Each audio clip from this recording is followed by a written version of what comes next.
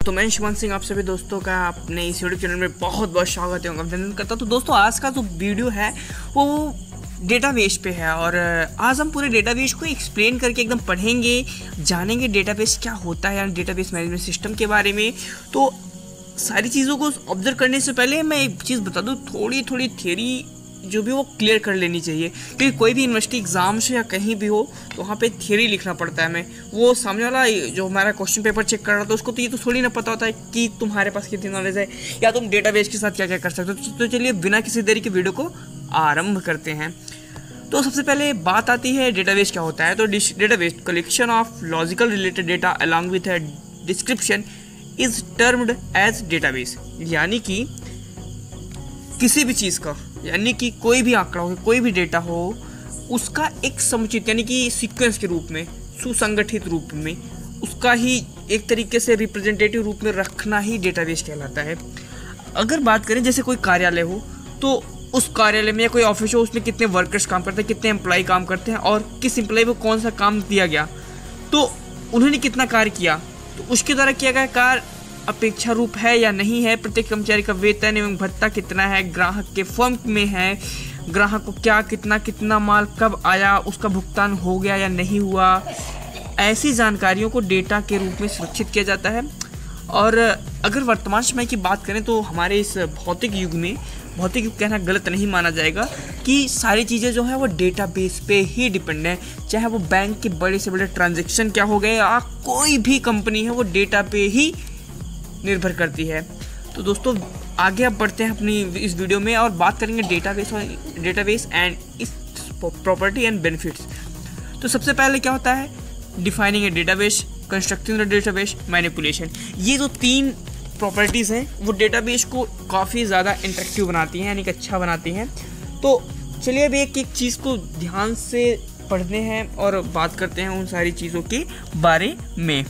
तो अगर बात करते हैं डिफाइनिंग ए डेटाबेस, तो डेटाबेस को परिभाषित करना, यानी कि डेटाबेस में स्टोर किए जाने वाले डेटा के लिए डेटा टाइप, जो स्ट्रक्चर, जो कंस्ट्रक्शन है, उनमें जो भी निर्देशन रहते हैं, उन सारी चीज़ों को डिफाइनिंग ए डेटाबेस के अंतर्गत हम कह सकते हैं। कंस्ट्रक्टिंग द डेटाबेस, अब ये क्या होता है, तो कंस्ट्रक्टिंग डेटाबेस वह प्रक्रिया है, वह मैकेनिज्म है जिसमें डेटा को किसी स्टोरेज डिवाइस पर स्टोर किया जाता है, जिसे डेटाबेस मैनेजमेंट सिस्टम के द्वारा कंट्रोल किया जा सके या नियंत्रित किया जा सके। और बात करते हैं अगर मैनिपुलेशन की, तो मैनिपुलेशन एक ऐसा प्रोसेस है जिसके अंतर्गत किसी भी स्पेसिफिक डेटा को रिट्रीव करने के लिए डेटाबेस को क्वेरी करना, डेटाबेस को अपडेट करना, डेटाबेस से डेटा को डिलीट करना, डेटाबेस में नए डेटा को एंटर करना, ऐड करना, डेटाबेस में स्टोर किए गए कुल डेटा को रिपोर्ट्स तैयार करना जैसे कार्य आते हैं।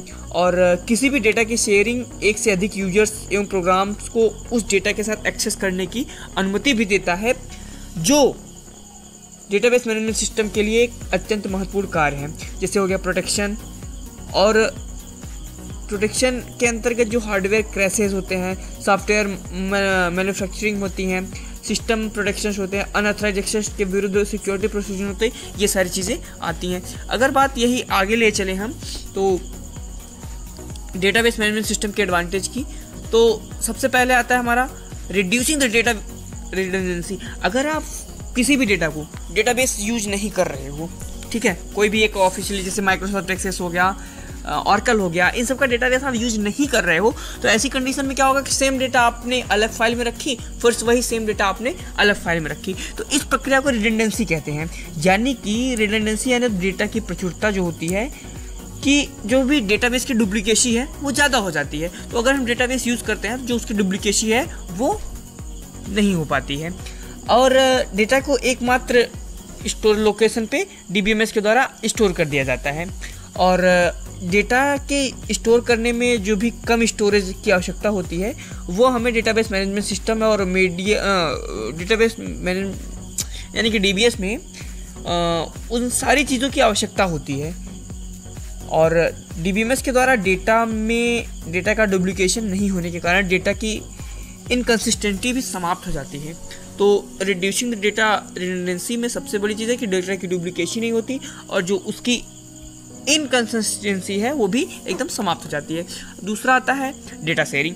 तो data sharing database management system के किसी डेटाबेस में संग्रहित डेटा को नियंत्रण उसके अधीन जो भी यूजर्स हैं, वो जो भी यूजर्स के एप्लीकेशन प्रोग्राम्स हैं और जो भी प्रोग्राम के भी शेयर कर रहा है बंदा, उसकी अनुमति देता है।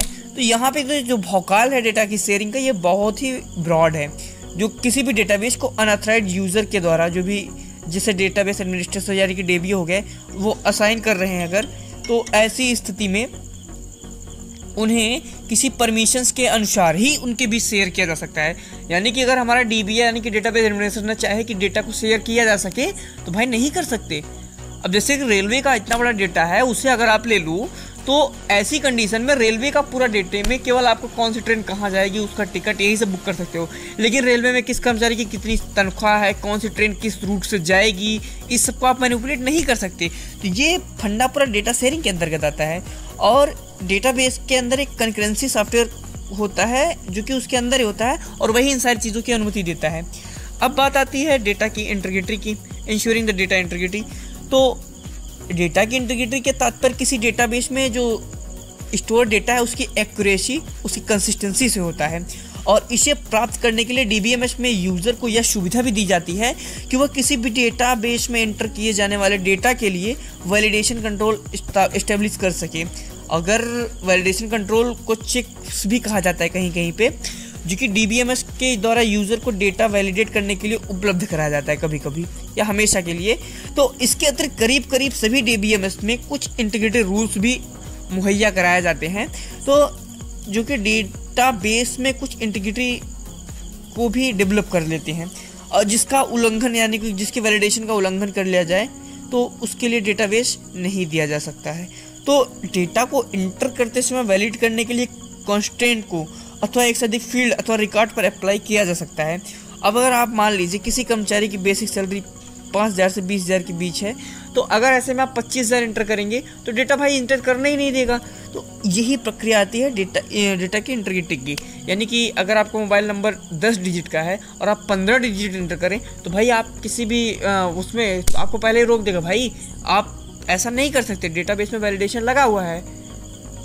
ठीक है, कभी कभी आप वेबसाइट पे देखते होंगे, आप अपनी ईमेल आईडी डालते होंगे तो आप उसमें @ नहीं लगाएं वो सिंबल, तो क्या आप ईमेल आईडी वैलिड मानी जाएगी? नहीं मानी जाएगी, क्योंकि उसमें पहले एरर दे देगा। अब अगर बात करें सिक्योरिंग डेटा की, तो ये एक महत्वपूर्ण प्रोसेस है, ये एक महत्वपूर्ण उपलब्धि है डेटाबेस में। अगर किसी का सिस्टम है, अगर वो हैक हो गया तो उसके अंदर का जो डेटा है वो हैकर के पास चला जाएगा। लेकिन अगर डेटाबेस में वही काम बंदा कर रहा है तो वो डेटा जो है इनक्रिप्टेड फॉर्म में रहेगा, जो कि क्रिप्टोग्राफी जिसे कहा जाता है, कूट लेखन, उसके द्वारा सुरक्षित रहता है। तो हैकर के पास तो सारा डेटा जा नहीं पाएगा। तो यही चीज़ है, अगर डेटा की किसी संख्या के जो है बात करें डेटा की, तो कोई भी संस्था होगी, कोई भी कंपनी होगी, उसके अमूल्य संसाधन हैं जो कि संस्था के लिए अत्यंत फिर गोपनीय माने जाते हैं। और ऐसी स्थिति में डेटा को अनऑथराइज्ड व्यक्तियों द्वारा एक्सेस करने से बचाने के लिए DBMS जो होता है या डेटाबेस एडमिनिस्ट्रेटर को आवश्यक प्रोसीजर या ऑथराइजेशन मेथड एवं चेक्स को इम्प्लीमेंट करने की अनुमति यही देता है, सिक्योरिंग डेटा। और विभिन्न प्रकार के डेटा और उनके बीच किए जाने वाले ऑपरेशन को डेटाबेस एडमिनिस्ट्रेटर के द्वारा सुरक्षा के विभिन्न लेवल पर स्थानांतरित किया जाता है, तो जो कि सिक्योरिंग डेटा के अंतर्गत आता है। अगर बात करें वहीं डेटा इंडिपेंडेंसी की, तो डेटा इंडिपेंडेंसी के दो पहलू होते हैं, पहला होता है फिजिकल, दूसरा होता है लॉजिकल। अगर बात करें फिजिकल डेटा इंडिपेंडेंस की, तो किसी भी डेटाबेस में फाइल को, ऑर्गेनाइजेशन को कॉन्सेप्चुअल व्यू में बिना कोई परिवर्तन किए ही डेटा फाइल में परिवर्तन करने की अनुमति देता है। अतः डेटा जो फाइल स्ट्रक्चर होता है उसमें परिवर्तन करने के लिए एप्लीकेशन प्रोग्राम में परिवर्तन करने की आवश्यकता नहीं होती है। यानी कि अगर सिंपल, यानी कि फिजिकल डेटा इंडिपेंडेंस क्या है कि जो भी उसके अंदर डेटा है, अगर आप उसमें बदलाव करना चाहते हैं तो उसके लिए आपको जो फिजिकल एप्लीकेशन प्रोग्राम है उसमें कोई परिवर्तन आप मत कीजिए, सीधा आप अपने डेटा को मैनिपुलेट कर सकते हैं।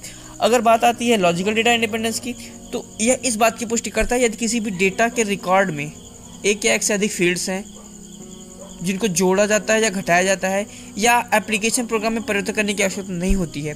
साथ ही एप्लीकेशन प्रोग्राम के लिए डेटा में जो भी उपयुक्त फील्ड्स हैं उनको डिलीट करने पर एप्लीकेशन प्रोग्राम में परिवर्तन करने की आवश्यकता नहीं होती है। तो ये आते हैं फिजिकल यानी लॉजिकल डेटाबेस में। तो अब बात करते हैं डेटाबेस और इसके एडवांटेज की, यानी कि डेटाबेस भाई अगर अच्छा है तो उसके कुछ डिसएडवांटेजेस भी हैं, तो एक एक करके सारी चीज़ों को पढ़ेंगे हम।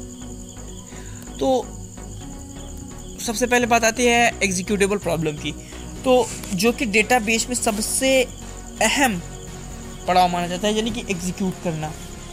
तो अब भाई अगर यहाँ पे देखा जाए तो एग्जीक्यूटेबल प्रॉब्लम तो बहुत ही ब्रॉड है डेटाबेस के अंतर्गत, यानी कि अगर किसी भी डेटाबेस में अगर कोई हमारा डेटाबेस है तो जो उसमें बड़े साइज़ के एप्लीकेशन प्रोग्राम हो गए, उनके संबंधित जो डेटा फाइल्स हैं उनको स्टोर करने के लिए हमें ज़्यादा आवश्यकता की ज़रूरत होगी। तो ऐसे में क्या करेगा, हमारे रैम पे इफेक्ट पड़ेगा, और रैम में अगर हमारे पास पर्याप्त स्पेस नहीं है तो फिर क्या करेंगे हम, निश्चित ही हमारा सब कंप्यूटर सिस्टम क्या करेगा, हैंग करना स्टार्ट कर देगा। तो ये सबसे बड़ी प्रॉब्लम है एग्जीक्यूटेबल प्रॉब्लम, यानी किसी भी डेटाबेस को एग्जीक्यूट करना बहुत ही ज़रूरी होता है। आती है system performance low and implementation, यानी कि अगर बात करें इसकी तो डेटा शेयरिंग के कारण डेटा इंटीग्रिटी और सिक्योरिटी में डेटाबेस सिस्टम में अगर इम्प्लीमेंट किया गया तो इसके कारण जो भी डेटाबेस के इन सारे फंक्शंस को अगर हम यूज़ करते हैं, अगर उन सबको इम्प्लीमेंट कर दिए तो ऐसी स्थिति में क्या होगा कि हमारा सिस्टम की जो परफॉर्मेंस होगी, वो जो हमारा सिस्टम कार्य करने की तीव्रता होगी, माइक्रो प्रोसेसर पर ज़्यादा लोड पड़ेगा और हमारा सिस्टम थोड़ा स्लो यानी कि धीरे काम करेगा। हालांकि ऐसा बहुत कम पाया जाता है, क्योंकि आजकल तो i7 i9 टाइप के प्रोसेसर आने लगे हैं जो कि काफ़ी आसानी से सारी चीज़ों को हैंडल कर लेते हैं। अगर अब बात करें complex recovery option and backup की, तो डेटाबेस इन्वायरमेंट में बैकअप और रिकवरी ऑप्शन को इम्प्लीमेंट करना बहुत ही कॉम्प्लेक्स होता है। तो ऐसी स्थिति में जो कॉम्प्लेक्स रिकवरी ऑप्शन और बैकअप है ये मिल नहीं पाता है। अगर एक बार हमारा डेटा ख़राब हो गया तो ख़राब हो गया, तो ऐसी स्थिति में कंपनी का बहुत नुकसान हो जाता है। तो अब बात करेंगे फंक्शन ऑफ डेटाबेस और मैनेजमेंट सिस्टम की, यानी कि डेटाबेस मैनेजमेंट सिस्टम के कार्य क्या क्या हैं। तो अब चलते हैं अगली स्लाइड में। सबसे पहला कार्य आता है इस बेचारे का डेटा स्टोरेज मैनेजमेंट, यानी कि डेटा स्टोरेज मैनेजमेंट के अंतर्गत डेटा के अस्थायी भंडारण के प्रबंध के लिए मैकेनिज्म ये प्रदान करता है। अब भैया कोई भी डेटा है वो हमें परमानेंट सेव करना ही पड़ेगा, तो इसके लिए जो डेटा स्टोरेज मैनेजमेंट होता है वो उसको एक मैकेनिज्म देता है जिससे डेटा जो हमारा हो मैनेजमेंट मैकेनिज्म के अंतर्गत किस तरह से स्टोर किया जाएगा और इसे फिजिकल स्टोरेज को कैसे एक्सेस करने के लिए ऑपरेटिंग सिस्टम के साथ कैसे मैनेज करना है, उसके लिए कैसे इंटरफेस बनाना है, उसके लिए इंटरनल स्कीमा क्या है, ये सारी चीज़ें ये डेटा स्टोरेज मैनेजमेंट के अंतर्गत आती है। अगर बात करें डेटा मैनिपुलेशन मैनेजमेंट की, तो इसके अंतर्गत डेटाबेस मैनेजमेंट सिस्टम के अंतर्गत डेटा में पहले जो मौजूद डेटा है उनको रिट्रीव कैसे करें, अपडेट कैसे करें और डिलीट कैसे करें, यह यूजर के साथ वो डिसाइड करता है। अब बात आगे आती है कि डेटा डिफिनीशन सर्विसेज की, तो डेटा डिफिनीशन सिस्टम और डेटा डिफिनीशन सर्विसेज में काफ़ी ज़्यादा डिफरेंस होता है, और ये डेटा बेस का एक अहम काम होता है डेटा डिफिनीशन सर्विसेज, जो कि डीबीएमएस में एक्सटर्नल स्कीमाज जो होती हैं और उनकी कॉन्सेप्चुअल स्कीमा जो होती हैं और उनकी इस इंटरनल स्कीमा जो होती हैं, यानी कि वाय स्कीमा, संकल्पनात्मक स्कीमा और आंतरिक स्कीमा, उनके सोर्स के विरुद्ध जो है मैपिंग करने की, उनके जो सोर्स हैं उनके साथ साथ कैसे मैपिंग किया जाएगा कि कौन कहाँ पे है, और ऐसी परिभाषाएं को वो स्वीकार करता है। अगर अब बात वही करें सिस्टम कैटलॉग मैनेजमेंट की, तो इसे कहीं कहीं पर डेटा डिक्शनरी मैनेजमेंट भी कहा जाता है। तो डेटाबेस मैनेजमेंट सिस्टम के अंदर के डेटा डिक्शनरी अथवा सिस्टम कैटलॉग फंक्शन यही उपलब्ध कराता है, और जिसमें डेटा आइटम का विवरण सेव होता है, स्टोर होता है, जो कि यूज़र के लिए एक्सेसिबल होता है, यानी कि यूज़र उसे एक्सेस कर सकता है। अगर बात करें डेटा कम्युनिकेशन इंटरफेस की, तो डेटाबेस को एक्सेस करने के लिए एंड यूज़र को रिक्वेस्ट और डेटाबेस यानी कि डीबीएमएस को कम्युनिकेशन मैसेज के रूप में ट्रांसमिट करना पड़ता है। तो यही एक मुद्दा आता है कि डेटाबेस को किस तरह से फिजिकल डेटाबेस के साथ कम्युनिकेट करना है, किस तरह से उसको कार्य करना है। तो ये सारी प्रोसेस डेटा कम्युनिकेशन इंटरफेस के ज़रिए वहाँ पे दी जाती है। अब बात आती है सिक्योरिटी मैनेजमेंट की, यानी कि ऑथराइजेशन और सिक्योरिटी मैनेजमेंट, जो कि डीबीएमएस को किसी भी प्रकार से जानबूझकर, यानी कि जो हमारा डेटाबेस मैनेजमेंट है, किसी भी प्रकार के जानबूझकर अथवा आकस्मिक अनाधिकृत यानी कि अनऑथराइज एक्सेस से बचाने के लिए डेटाबेस की रक्षा करता है। और ये एक ऐसा मैकेनिज्म हमें प्रदान करता है कि जो केवल ऑथराइज यूज़र हों वही डेटाबेस के साथ छेड़छाड़ कर सकें और वही डेटाबेस को एक्सेस कर सकें।